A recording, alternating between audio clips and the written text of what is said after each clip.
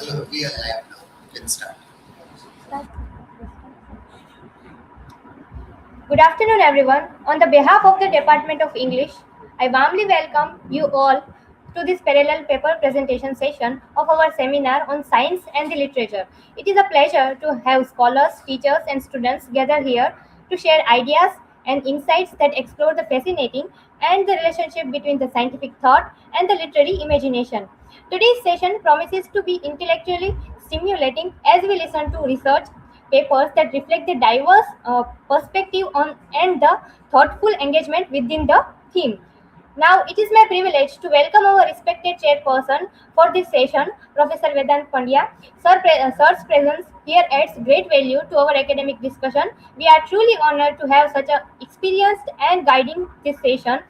Now, I would like to request our respected head of the department to kindly introduce our chairperson, Professor Vedant Pandya, to this audience.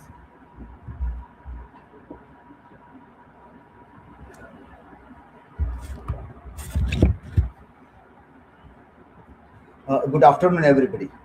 We have, I think, many new faces from Department of Chemistry in the gathering here.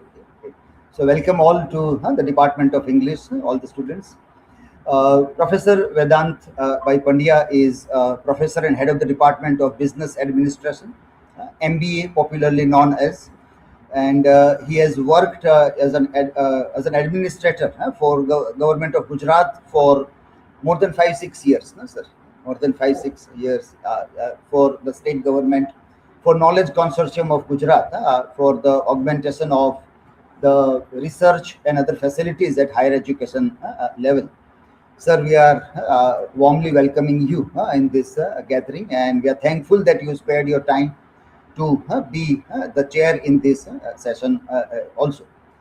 We would like to welcome you with a token of gift, sir. So please, sir, Mehta sir. Thank you very much.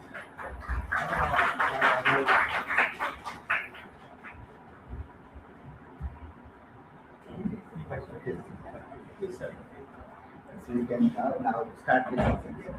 Okay, thank you, sir, for that wonderful introduction and the felicitation. Take care of this. You have to learn all these things. And volume, how the volume out will come from when the people are speaking online? It is out, is it there? Yes, How yes. it is working? But when you remove here, then it is showing echo. But when they speak, then it will And when sir wants to speak, he has to unmute here. So Yes. somebody can help him to unmute. Yes.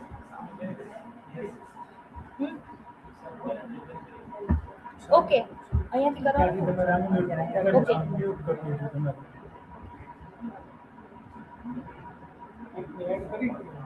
ચાલુ કરજો ને first કોણ છે બોલનાર વિશ્વાસ છે Okay, yes, those who are online, Dr. Debomani Biswas, Dr. Sachin Daru, you have to keep your camera on, your mic on, so you can listen to us. Yes, okay, so we have Dr. Debomani Biswas is there. Okay. Are you ready for the presentation, madam? Could you give me just 2 minutes because my laptop is not ready?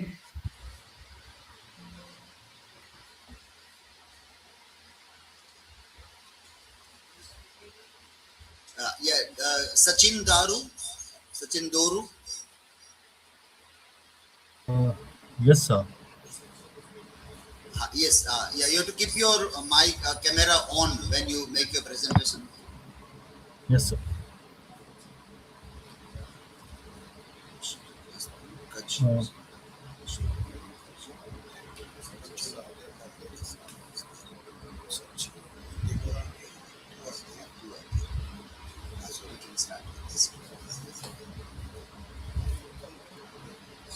Kalpana Pandey also. Yeah, Kalpana Pandey, you are there.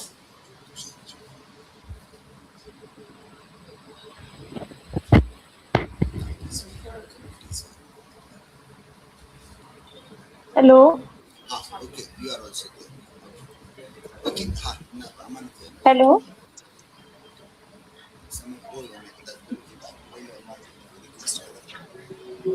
Hello.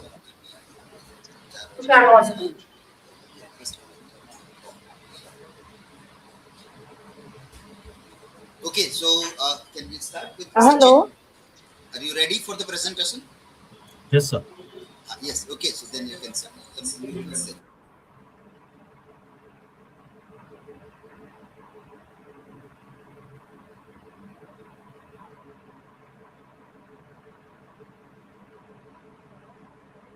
May I start, sir?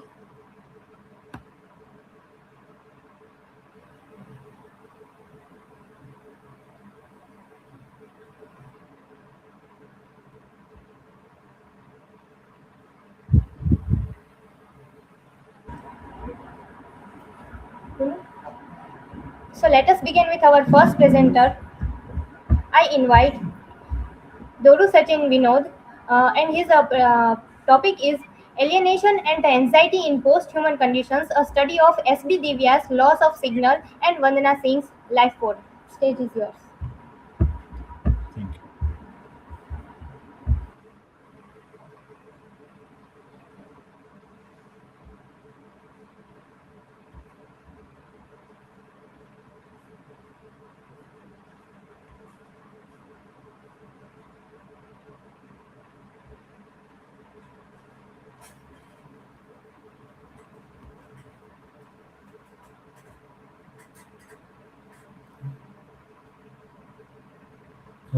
Is it visible?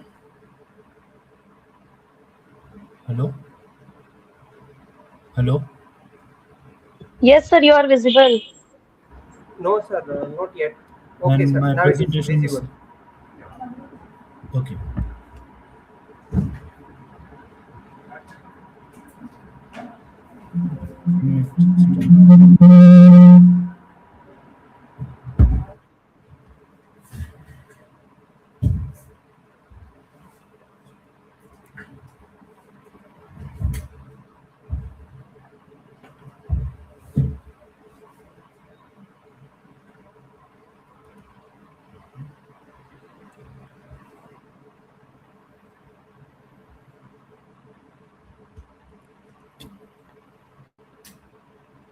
Sorry, there is. Hello. Good afternoon, everyone. My name is Sachin Vinod, and I'm doing PhD from Kutch University, and I'm working on also post-human conditions. And here, I will be presenting on alienation and anxiety. Post-human condition is study of Eridhira's the loss of signal and Vandana Singh's uh, life pod. I can't.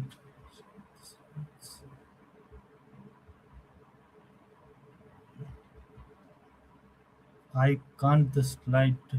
I can't change the slides.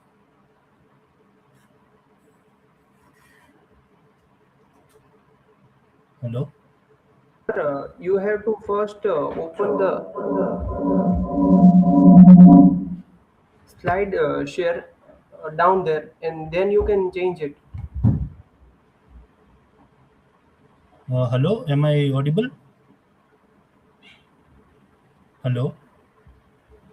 Sir, on the bottom line. On bottom left. Yes. Yes, down there. Uh, so I can. Sir, there is a screen type of icon.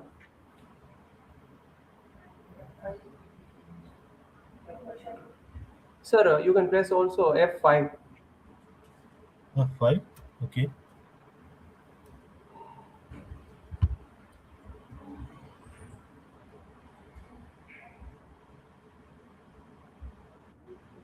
Uh, I think I can't change the slides of my presentation. No, sir, we don't have that.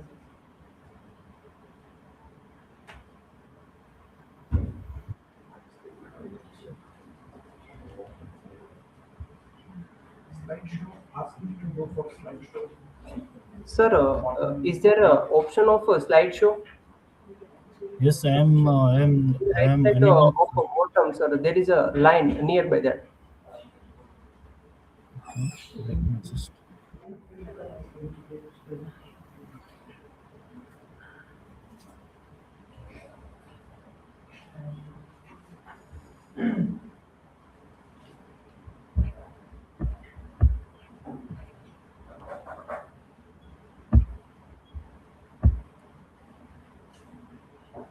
Is it visible now?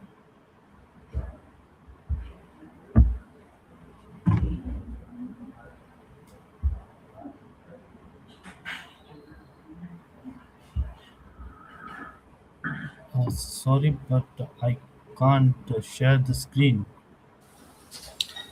Sachin, please unmute your mic.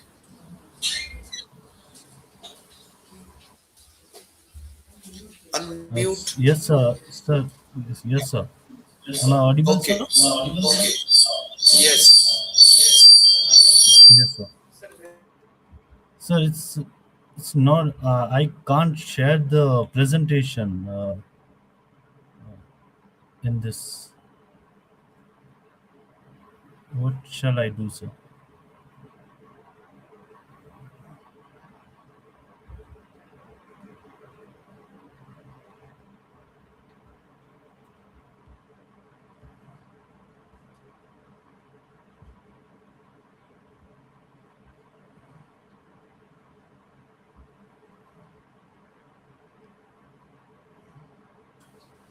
You have any other colleagues who will help you? No, sir. In this case,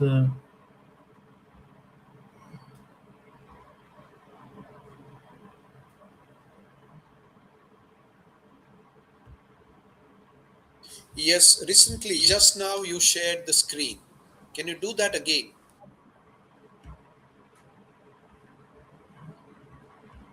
yes, sir. Is it visible, Excellent. sir? Now,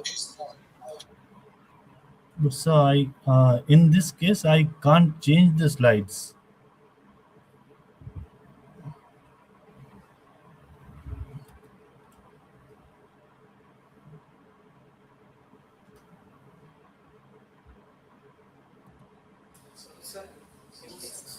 Okay, so I can.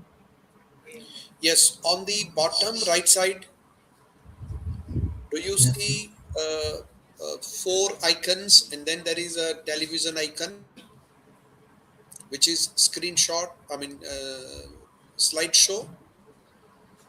Do you see on the right side? Take your cursor on the right side, bottom right side. Okay, left, not that much. On the left, slide on the left. Take your cursor little left, little left. Do you see the icons at the bottom right? Yeah. Sir, I Can can you I can press present in F5? this manner. Can you press F5?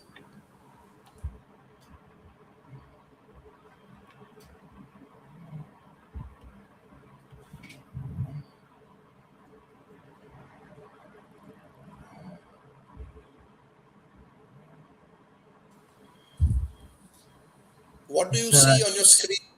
sir, I can't change the slides. This is the first slide where I will be discussing post-humanism, but I can't change the slides. I cannot, sir. How will I do it? Is this the entire screen? Uh, yes, sir, it is the screen, but it is the first page of my presentation, which is entitled Post-Humanism.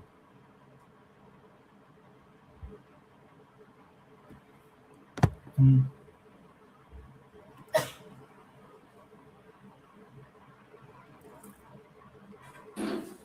All right. You share your presentation through the link, and we will run the slides from here. Don't worry. yes, sir. Uh,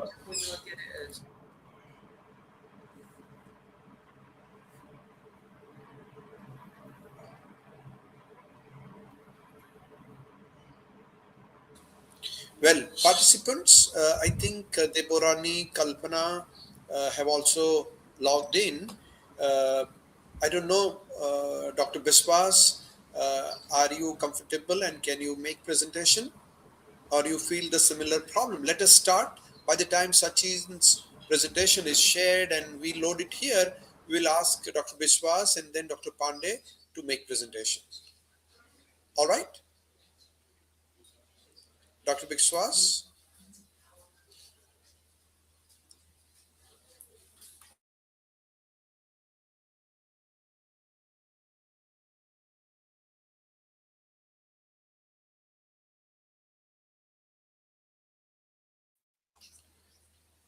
Sir, am I Dr. audible? Biswas, please Am I audible? start your presentation.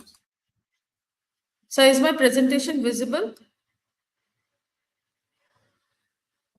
Yes.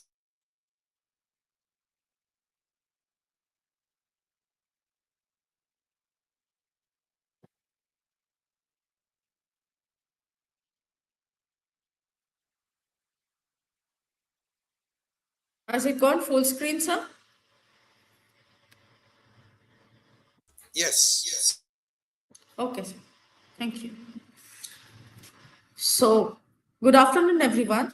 Our paper is titled Disembodied Intimacies, Love, Loneliness, and AI Consciousness in the Movie Her.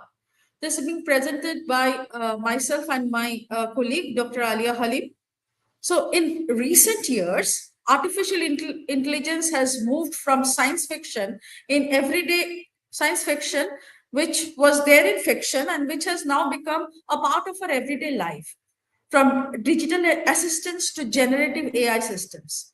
As technology increases, it has mediated human relationship, and literature and cinema have begun to explore how these technologies reshape emotional life.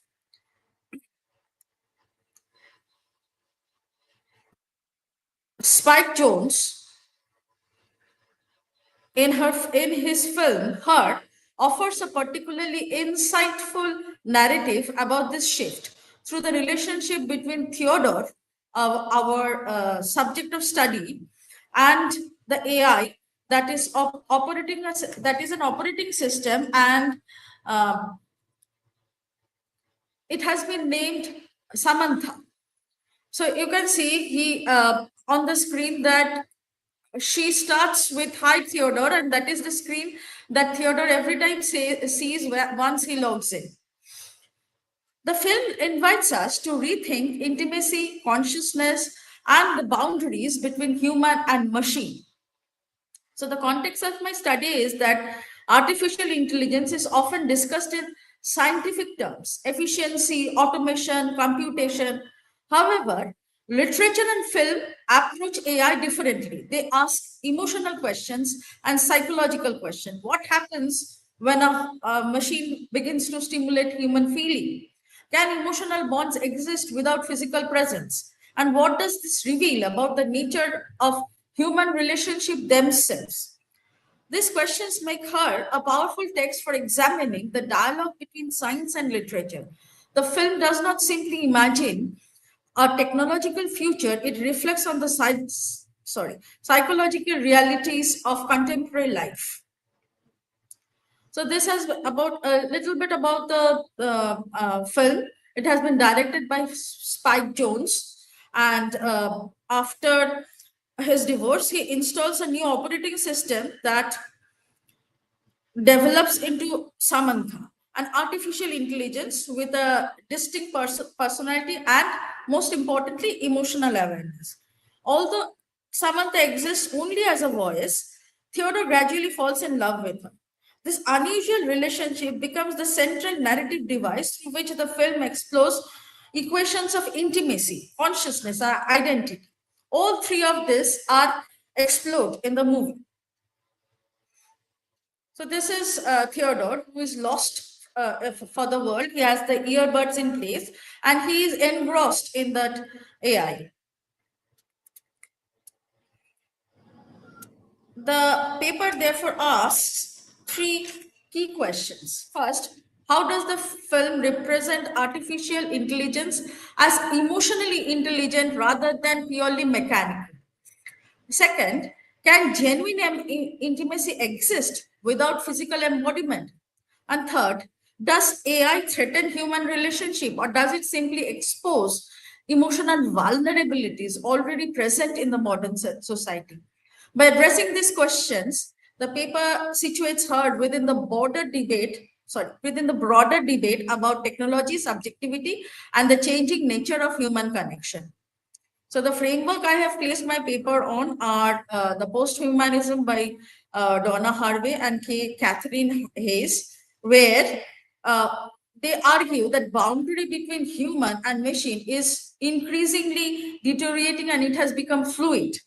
And then comes the affect theory, which examines how emotions circulate between individuals and technological system. And together, this perspective helps us understand Samantha not simply as a software, but as an emotional presence within the narrative.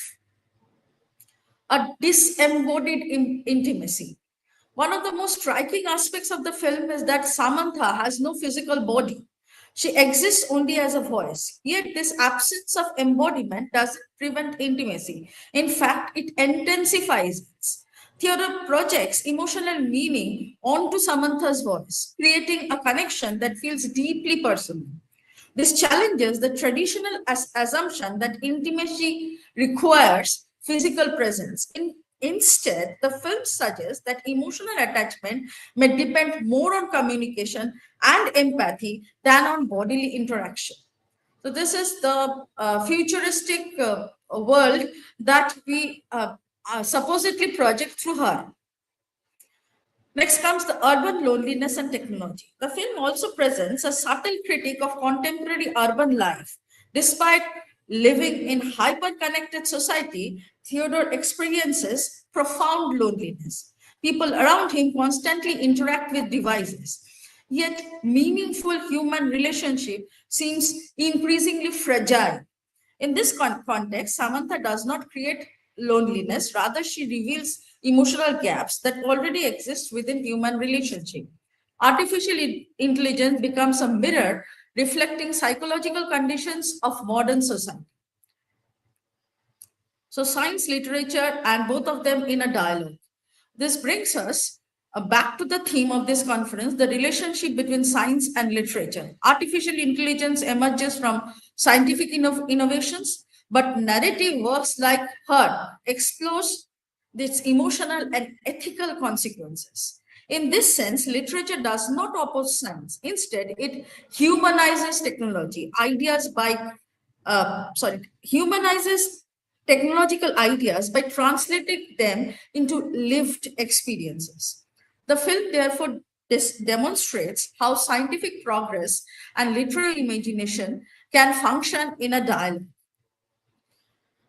So to conclude my paper, I would like to state that her presents a scientific intelligence not as a dystopian enemy, but as a catalyst for reflection. Theodore's relationship with Samantha ultimately reveals the vulnerability and complexity of human emotion. By exploring disembodied intimacies, the film invites us to reconsider what it means to love, what it means to connect, what it means to experience consciousness in this digital age. The deeper question can be, what does our relationship with machines reveal about being a human? In this sense, literature does not merely imagine technological futures, it helps humanity understand them. So I would like to stop my presentation here.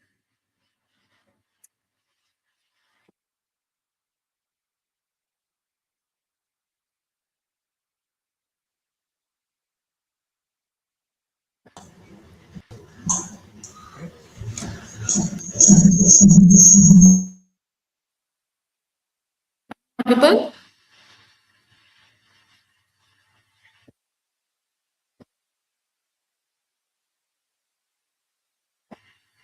Yes, wonderful perspective, Dr. Viswas. Uh, what Thank you, sir. methodology you used for carrying out this study and arriving at the conclusion? Can you please tell us something about the methodological aspects of this? So I was referring to post-humanism and affect theory, where emotions circulate between individuals and technological systems, and the boundaries between human and machines are becoming fluid. I am referring to I am taking them as my framework of study. Okay. Are you aware about any other frameworks that can be used for carrying out such studies? Yes, sir, but I have not used them here. Yeah, can you please tell us a few more probable?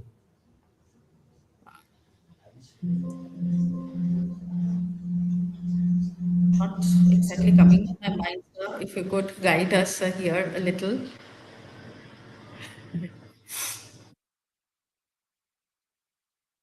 All right, wonderful presentation. So you're not audible. Thank you Yes, sir. for a wonderful presentation. We would Thank you, now sir. invite Dr. Pandey, if Dr. Pandey is comfortable and ready for presentation.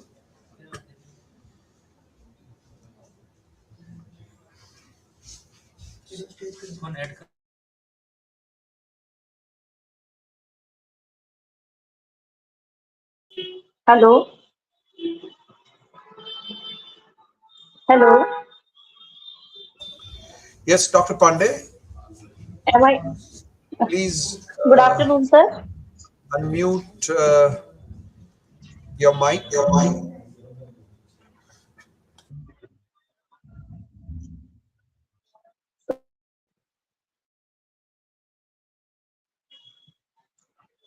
Sir, am I audible?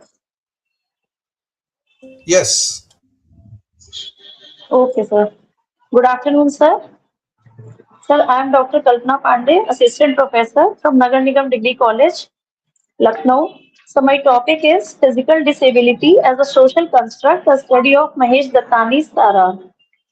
So Mahesh Dattani is one of the most renowned dramatists of India who talks about on those issues that others try to hide their faces away from, such as homosexuality, child abuse, physically challenged people, underprivileged sections of the society, and so on. I have selected the play Tara, written by Mahesh Dattani. In this play, the Dattani presents the concept of disability as a social construct, which suggests that society's attitude, prejudices, and institutional practices play a significant role in defining and limiting the lives of disabled individuals. In Tara's disability is not simply the result of medical circumstances, but is closely tied to the family decisions and social prejudice. The surgery that separates the twins is influenced by the patriarchal thinking. The family decides that the stronger leg should be given to the male child Chandan instead of Tara, even though it would have a better chance to survive with Tara. Here, the Kani exposes the patriarchal mindset within the Indian family. Tara's disability is socially engendered by reflecting gender discrimination. Her grandfather bribes the doctor to ensure that the leg is attached to Chandan. This act reveals the belief that a male child deserves a better future than a female child. As a result, Tara is deprived of the opportunity for a healthier life. This incident highlights how patriarchal values construct disability, turning Tara's physical impairment into a symbol of gender injustice. This play also explores Tara's disability, which affects the family relationships also. Tara's smoother life, Tara's mother Bharti is overwhelmed with guilt because she supported the decision that disadvantages her daughter. Her attempts to compensate for the injustice create tension within the family. Tara herself remains intelligent, cheerful, and emotionally strong, but she gradually becomes aware of the discrimination she has faced.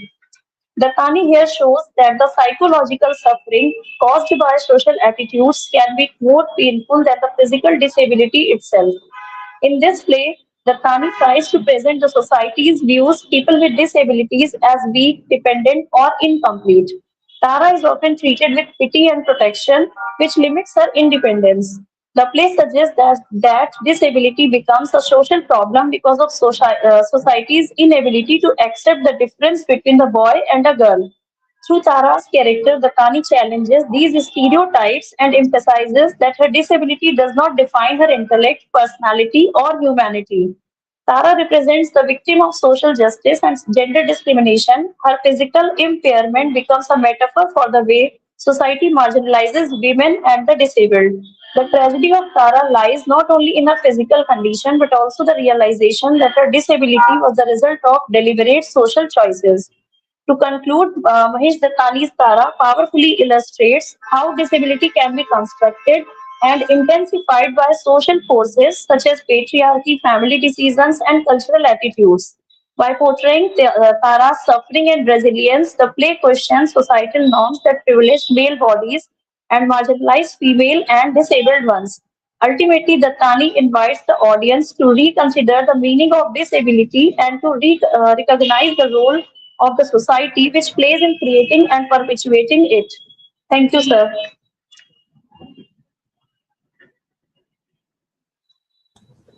Dr. Pandey, thank you for wonderful presentation. Can Thank you you, sir. please tell us, you didn't share the slides, but you probably read Sir, out a script. yes, sir. Sir, actually, I didn't prepare the PPT. I don't have the time. Okay, but then uh, time to prepare for the presentation or time to prepare the slides? Because then Sir, reading actually, I out was busy in the my college script schedule. is I was different. actually busy, sir, in my college schedule. Just some of the programs were going on. That is why I didn't get the time. Okay, there is one question. How do you link Yes, sir. science, scientific aspect in the novel that you picked up, Tara, that you wanted to focus on? Sir, in this particular play, Tara, there is a surgical incident which is conducted by the doctor. And in this, the society gives the preference to the girl. There were two twins, Chandan and Tara, which are joined with one leg. There are three legs only, and which, if one leg is given to Tara, she would be survive in better way. But the society gives the preference to Chandan because he was a male boy, but it was also amputated by the boy because it is not accepted by the body of the boy. So I have connected this scientific aspect with this. Okay, all right. This play talks about a lot of things of human life, but then if I Yes, ask you sir. in one, would you link the literature, this play, Tara, with which domain of science? Sorry, sir. Oh, okay. All right, Dr. Pandey, wonderful presentation. Thank Oh, you very much. thank Now, you. Thank you, sir. we invite Sachin. I believe Sachin is ready now for presentation.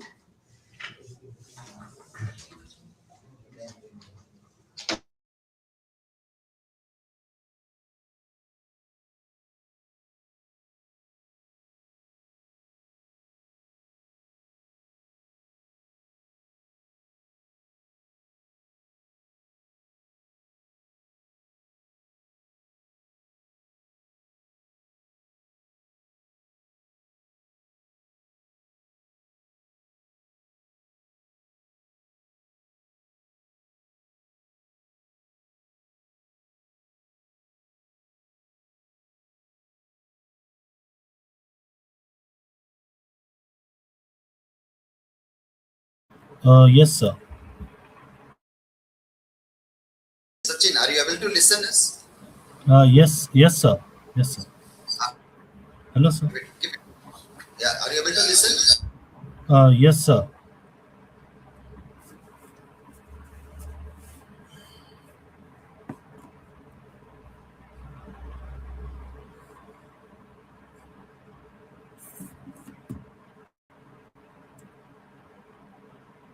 Sir, is it visible? Okay. My name is Doru Sachin Vinod, and I am PhD scholar at Department of English in KSKV Kutch University. And I'll be talking about alienation and anxiety in post-human condition, a study of S. Divya's loss of signal and Vanna Singh's life pod. First of all, I will be discussing what is post-humanism. So, for a basic tenet of post-humanism is generally rejecting anthropocentrism, which talks about humanism and its limitations. It is focusing on coexistence of all the agencies, be it human agency, be it machinic agency, be it environment, every agency. It blurs the line between machines, humans, environment, and so on. Further, post-humanism post-humanism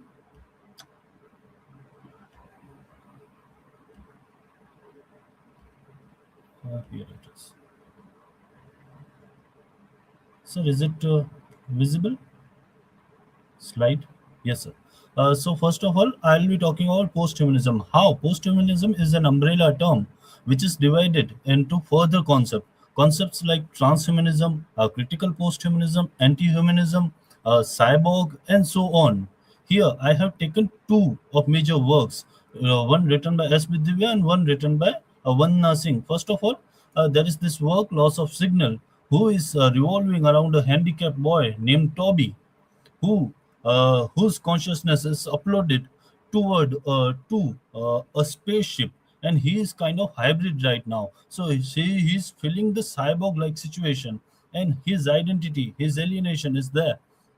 So uh, there is this constant yearning of her own identity when we are talking about Toby. So Toby is suffering from this situation of anxiety, situations like alienation, situations like identity concerns, because he is now not a boy, not a handicapped boy, but he's now a spaceship, and he is constantly yearning. He's getting alienated from his own body, and now he's become a cyborg. And secondly, I have taken a source story by Vandana Singh, that is a life pod. Here we are finding a life pod like situation. There is this eavesdropper who are having multiple humans in her body, in her belly, and she is having thought clouds of each and every person who are there. So there is this clash between consciousness of the life pod itself, eavesdropper itself, and consciousness who are there in the body of the belly, humans which are there. So amid such situation, there is this constant identity crisis, because there are multiple thoughts cloud, there are multiple consciousnesses which are striking each other. So there is also a cyborg-like situation which is also represented in the source story of Life Pod by Vandana Singh. And I have taken two major concepts to highlight. One is alienation, and another one is body without organ. First of all, let me talk about alienation. So alienation here, getting redefinition in post-human conditions. As we know alienation given by Brecht, we know alienation given by Marx, but here there is new alienation of post-human conditions. So human, the idea of centered being, human as a centered being, or human as a superior being, is deconstructed. And we are replacing it with the coexistence of each and every agency. While focusing on cybernetic organisms, cyborgs, we are blurring the line between all the agencies. So idea of humanism, idea of human itself is getting reevaluated. So this idea of alienation in post-human condition is throughout highlighted in both the source stories. When we are talking about loss of signal, the boy is constantly mourns or laments on his lost body. That was also something. He is also focusing on this morphed consciousness. On the other hand, we are having Life Pod. Life Pod is a story written by Vandana Singh, which is also centered on cyborg, not a human but a cyborg. His identity is also alienated. So as there are multiple consciousnesses which are there in this life pod, so her identity, her alienation is there. So this stark representation of alienation, this stark presentation of a post-human identity is represented in both the source stories. And then I'll be talking about body without organ. This is the famous concept given by Deleuze and Guattari. So as both of the plot revolves around the post-human condition of uploaded consciousness, the concept of body without organ is highlighted. This concept highlights human as an interconnected part in humanism. So there is this quote taken from Bedotti's glossary, that is, in acknowledging our deep and ever-changing transversal connection to all other entities on the earth, the body without organ proposes indeed that we have always been the post-human. So this is the idea which is highlighted in both the stories. While we are talking about loss of signal by S. Divya, or else we are talking about life pod by Vandana Singh, the idea of alienation, a new alienation in post-human condition, ideas like identity concern, identity crisis, ideas like body without organ. These are certain ideas which are surfacing in both the novels. And to conclude my presentation, uh, these thematic concerns like alienation and body without organ are challenging notions of anthropocentrism. Human is not the center. So the centrality is divided. The centrality is in coexistence of all the agencies. Thus, this study evaluates new concerns of post-human conditions of speculative future. Thank you.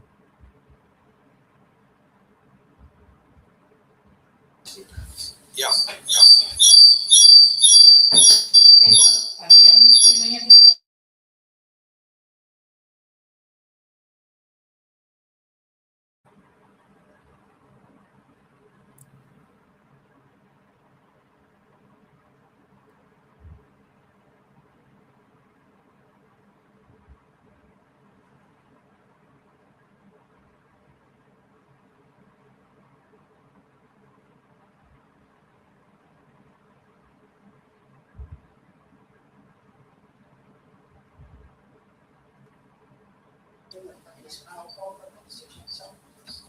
Yeah, Sachin.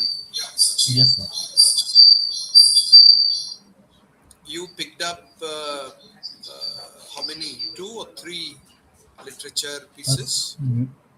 There were two authors, two short stories, one by S. Vidivya and hello, sir. Yeah, yeah, please. Now audible. Yes, sir. Yes, sir. Sir, I have taken two prominent authors of speculative fiction of India. One is centered on S. Vidivya, and another one is centered on Vandana Singh, two of the contemporary Indian science fiction authors.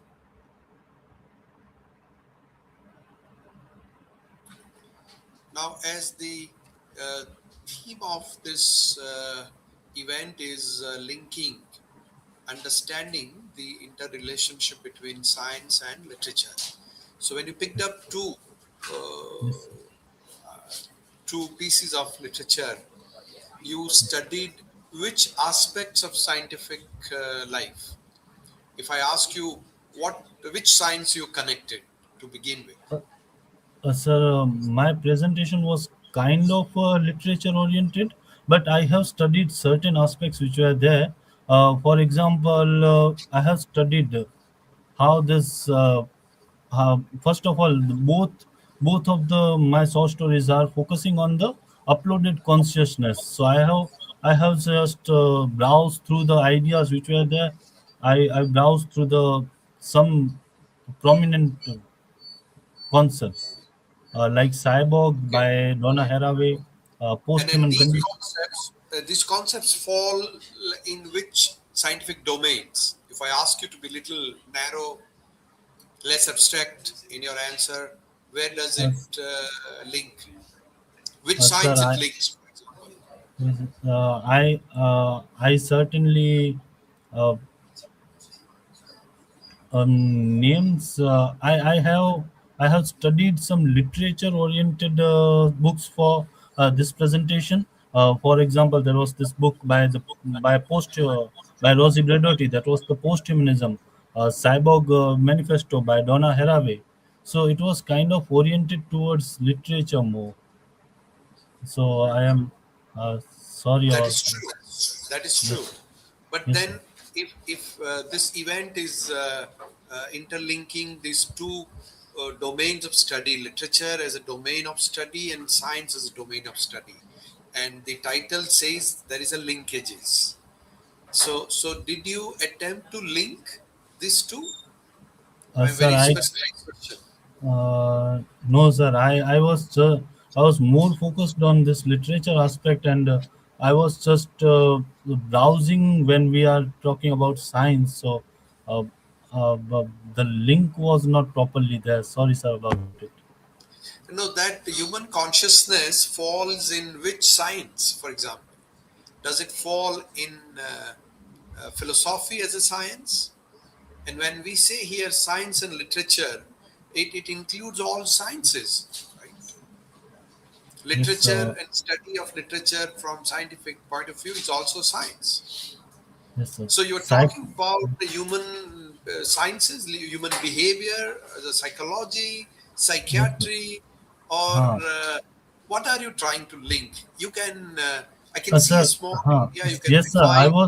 I was focusing on people like Freud, people like Marx, who are talking about consciousnesses, subconsciousnesses, and so on. So I was, So you can, if possible, you can still refine this part of science, connecting science with this literature. You can pick up any piece of literature, but you use the spectacle, the perspective of science, and you need yes, to sir. search specific science to begin with. It can be one or two sciences. Yes, Sometimes the uh, philosophy, as we talk about, or yes. sometimes the behavior, like the science of behavior is psychology, and the further Yes, sir. advanced psychology is the science of emotion psychiatry, and then it Yes. leads to the psychosomatic kind of a field of medical sciences, and you can still confine and you can use that Yes, sir. frame to study this. I Right? can link. Okay, we Yes. will Sorry, request. sir, about. Yes.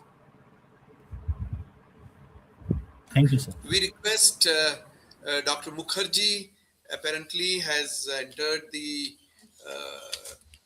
hall, and then we request Dr. Mukherjee to share her presentation. Am I audible, sir?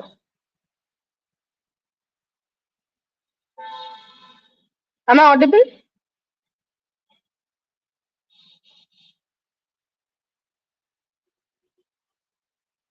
Sir, am I audible? Yes.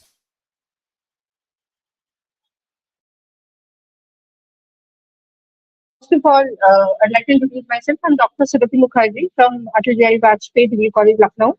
And I'll also like to apologize that I'm in the middle of a cultural program going on at my institution. So my building is also under construction. So I've managed somehow in a room under construction to present my paper. And I haven't prepared slides because I knew I won't be able to present through my laptop because the college is going through this mess. So I'm trying to, with your permission, obviously, I'll try to present my paper verbally and share my perspective. If you please allow me, sir. Thank you so much, sir. The topic of my presentation is a dystopian analysis of Ray Bradbury's The Pedestrian. It's a short story by Ray Bradbury. First of all, I'd like to introduce the topic dystopia and why have I taken this topic. Okay, the dystopia term, according to the dictionary, is an imagined state or society in which there's great suffering or injustice, typically one that is totalitarian or post apocalyptic. So, in general terms, it's an imagined world or society in which people lead wretched, dehumanized, fearful lives where everything is unpleasant or bad. Themes typical of a dystopian society include complete control over the people in the society through the use of propaganda and police state tactics. So basically, I'm taking this society, the concept of dystopian, to project a society which has been completely taken under the dictator rule of the government, especially the technology. So The Pedestrian is a classic dystopian short story by Ray Bradbury, and this story is set in 2053, depicting a sterile, conformist society. From the very beginning of his career, Ray Bradbury was inspired by the intrusion of fantasy into everyday life. Many of his works include futuristic settings and imagined technologies, though he always refrained from being called a writer who's more into science fiction, but he has managed somehow to prefer technology or technology driven things in his writing. Many of his short stories use fantastic settings or futuristic technologies as a tool for exploring timeless themes like censorship, nostalgia, and anxiety about the future. So I'll come down to the story, what the story says. Writers use dystopian settings to criticize contemporary social trends and warn readers about the potential future, which is what Ray Bradbury has used in the story. One such example is The Pedestrian, which published in 1951. It was published in 1951. It showcased the scenario of 2053. It presents a silent city. It's actually a silent city where people remain inside their room watching television every evening. The protagonist of the story, Leonard Mead, is the only person who walks outside because he loves walking at night. What we normally do after dinner, we take a walk. This is what he wants. This is what he likes. He's the only person who walks outside, and this is the only activity that ultimately leads to his detention by a robotic police vehicle. So this is a very important point here, that robotic police vehicle works as an antagonist in the story. That city has no human police officers, which clearly shows the lack of empathy. As the story proceeds, we'll know that Leonard Mead is captured or is penalized just for taking a walk in the night and doing what is not allowed in the society. This story by Ray Bradbury highlights key dystopian themes like technological domination and meaninglessness of human relationships. When you get too much into the technology or when you are over dependent on technology, the meaninglessness of the human relationship is very boldly depicted in this story. The story revolves around the overwhelming presence of technology in everyday life. In the city where Leonard Mead lives, television has become the central activity of all citizens. Every house glows with the spark of television screens, and the streets remain empty. This boldly suggests that technology has clearly replaced the value of human relationship and social interaction, outdoor activities, and social engagements. Other citizens are described as, especially not Leonard Mead, other citizens, other people of the city are described as grey phantoms who live in the tombs there. Their houses are called tombs here. The society relies heavily on television and automated systems. The only active authority in the city is a robotic police car, which has replaced any intervention of human police officers that patrols the street. This authority of technology symbolizes a society where machines replaces human judgment, which is, I believe, which is the point of discussion as we are heading towards the AI society. That is also a great point of discussion, that this authority of technology symbolizes a society where machines replaces human judgment. For instance, when the story ends, when Leonard Mead is taken under the custody by the robotic car, clearly shows the absence of empathy in the form of human police officers within the system. Now I'll directly come to the end of the story, how it ends, and that is the main part. One night, Mead meets a robotic police car, the only one left in the city. The car interrogates Meads, trying to figure out why he's out by himself. This brings out that Meads is a person who does not clearly belong to that society. Especially why? Because he doesn't own a television, he's unmarried, and he lives alone. He's a writer in a society where words have lost their meaning. And hearing this, the car instructs Meads to get in and tell him that he's being taken for a psychiatric institution to be studied for regressive tendencies. So he's been taken by the robotic police car, that why are you like this and who gave you the permission not to conform to the orders or to avoid technological interventions in your life. Another prominent feature of dystopian fiction is well reflected in this story is the extreme isolation of individuals. The city streets are empty because people remain indoors watching television programs. Human interaction has almost disappeared, and even the neighbors do not communicate with one another. This is the reason why Leonard's night walks are portrayed as an unusual human activity, and this is used typically by the author to criticize modern society for their excessive dependence on technology, resulting in the isolation and erosion of human affections. Now, I'll jump down to the conclusion of the paper because it's a newspaper. So, this is a story, The Pedestrian. Bradbury presents a warning about the possible consequences of technological overdependence of the youth. It is important here to understand that the story was written in 1951, where the author predicts a future where people will spend most of their times watching screens, marking a striking parallel with the modern digital world, what we are facing nowadays. The dinner tables are no more like dinner tables. Bradbury suggests that technology should not replace the warmth of human relationship, By showing the dark side of an authoritarian society, Bradbury encourages readers to value human interaction and personal freedom. This is my insight on this story. So it's a short story by Ray Bradbury.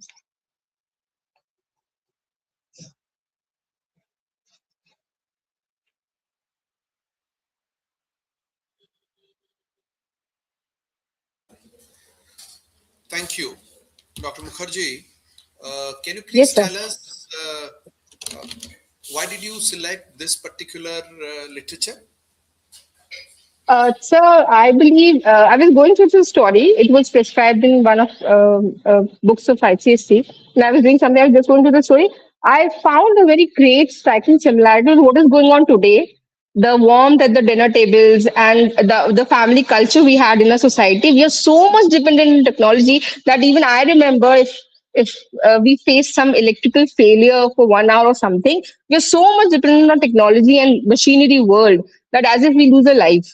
So when I read this story and I imagine a scenario in 2053 when you're so much dependent on science and technology that you don't care if a person is dying next to you or even suffering or what he's going through, especially if he's suffering in a psychological way. What if he's in pain and you're not able to understand that because you don't have time to sit with that person and discuss something? Because what you suggest is you go for counseling or go for some test. The machines will assess what is going on. These all things are getting what we are seeing experiencing these days. So I thought it's a kind of an eye opener for the upcoming generation. That's very important to understand that we have made the technology and we shouldn't be over dependent on that. That's why I've selected this literature. If I ask you to be little lower in the abstraction level, and if I ask you which domain of science you think you linked this literature? Uh, so I believe this is covering all aspects of science, little, not exactly one particular, because the way the author has described the dependence of technology and science, especially the robotic police car as an antagonist of the story, it was very striking for me, and that shows science as a blessing, as a boon, as well as a curse for us also if we tend to over depend on it. So which science, which technology you think you picked up? Because at the end of the day, you need to narrow down. In the ladder of Yeah. abstraction to keep climbing up and down. So please help Yes, sir. the audience also to know which technology or which science that you are trying to finally link, or it can be linked. So what we are doing nowadays, our over dependence on AI tools. As a teacher, also I've faced this, so I know. Okay, all right. Thank you very much for nice presentation. Thank you. I believe Thank you, sir. we have all. We have Manjula, right? Yeah. So thank you very much. Uh, we'll request Manjula to make presentation. Yes, sir. I cannot share my PPT, sir. Why? What is wrong? No, it is ready, sir, but I cannot.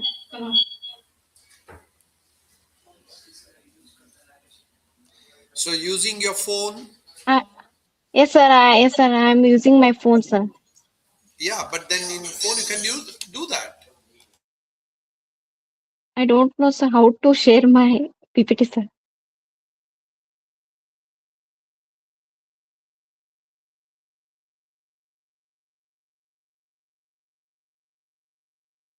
You would wish to present without slides? Is it okay, sir? I don't Can I think, because present? we don't want you to read out your paper. We want you to make presentation of your paper. Yeah, sir. So Presentation is ready, sir. But I cannot share my PPT. I don't know how to share. don't share, but then don't read out. Okay, you simply Yes, sir. deliver your Yes, sir. speech. Right. Please go Yes, sir. ahead. Thank you, sir. Good afternoon, all. I am Manjula Kusugal, research scholar, Department of Studies in English, Rani Chennamma University, Belagavi, Karnataka. I am going to present my paper titled Post-Colonial Interpretation of Vandana Singh's Conservation Law. It's a science fiction short story. My paper analyzes colonization of the moon and future advancement and science and technology in her short story Conservation Laws. Science fiction is a genre of literature that is evolving in recent times and is popularly termed as sci-fi, or it is abbreviated as SF. And many science fiction writers explore futuristic ideas such as aliens, robots, machines, artificial intelligence, time travel, and colonizing other planets. Similarly, this short story deals with the establishment of human settlements on Moon as well as on Mars. If colonialism is the settlement of people in a new land, post-colonialism studies the effects of colonialism. The intersection of colonialism and science fiction brings out intriguing insights. It also examines themes of science, technology, alienation, identity crisis, displacement, and culture and memory. In this advanced technological age, it may soon be possible that to colonize distant planets in near future. Therefore, this concept inspires many science fiction writers to craft stories using post-colonial framework. There are two types of science fiction, namely hard science fiction and soft science fiction. First one, hard science fiction, it deals with like physics, astronomy, chemistry, and astrophysics. And later, soft science fiction, it focuses on social sciences like anthropology, sociology, and psychology, politics, and many more. According to Cheryl Vint, she is a science fiction writer. She says that science fiction is often referred as literature of ideas. And many Western science fiction writers like H.G. Wells, Hugo, Jules Verne, Isaac Asimov, Ursula Le Guin, John Reader, Philip Dick, and Arthur Clarke, they have popularized this term, this genre, science fiction. And now focusing on science and technology in this short story, as depicted by the author Vandana Singh. It's a story set in the far future on the moon. It is narrated by Vikram, who is a student of lunar botany. He was living in Luna city in a boarding house owned by Mrs. Sinha. And Meena, one of the member of the boarding house, she talks about mirror universe and symmetries, and she also describes about Delgir Bayer, who was a brilliant Mongolian theorist and latest addition to Lunar University's physics department. She explains about conservation laws, Yeah, which were Manjula. discovered in the 1900 by German mathematician. Uh, Hello. Former explorer, yes, sir. Yeah. Manjula, we don't want you to read, but we want you to share the summary. How do you Yes, sir. link Okay. Hmm. this Vandana Singh's literature piece with the which Yes, sir. part? She has used physics laws of conservation. She has used those theories in her short story. In one of the character, Ganendra Sahani, in this short story, he had been a part of lunar expedition in the year 2031. He had worked on mapping of water resources on the moon, and he was later involved in the Mars mission. And he found an advanced alien construct with an enormous wheel-like device. Through an organic protective wheel, it created a cosmic barrier that kept two mirror universes from intersecting. According to Gyanendra Sahani, conservation laws mean that some aspects of universe are constantly balanced and motion and energy stay constant. Uh, in this short story, it is also revealed that Earth, Moon, and Mars, three are only inhabited worlds. The technologies like satellite networks, nanobots, and autonomous geobots improved their survival on Moon.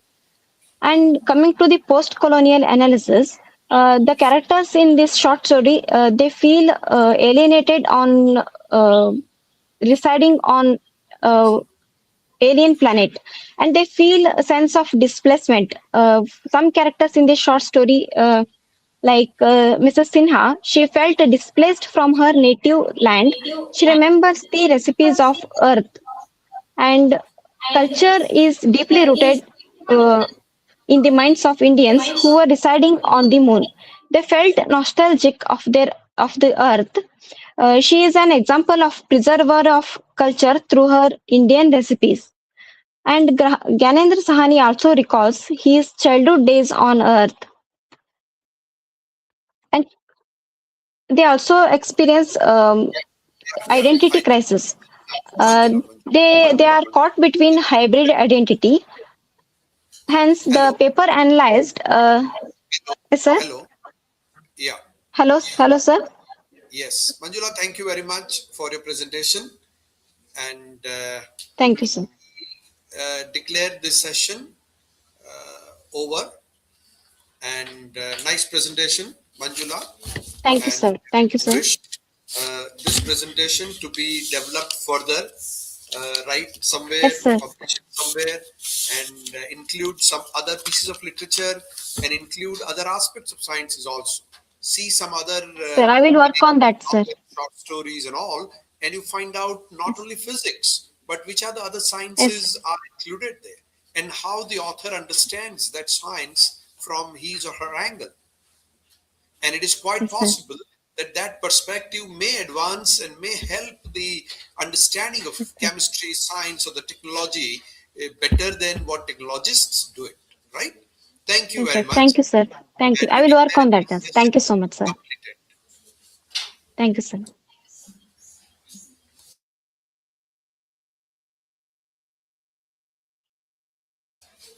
Okay, all the participants, you can leave this studio now. For the 4 o'clock session, we have shared another link, and you have to join the new link for the StreamYard studio. Okay? Thank you, everybody. Thanks a lot.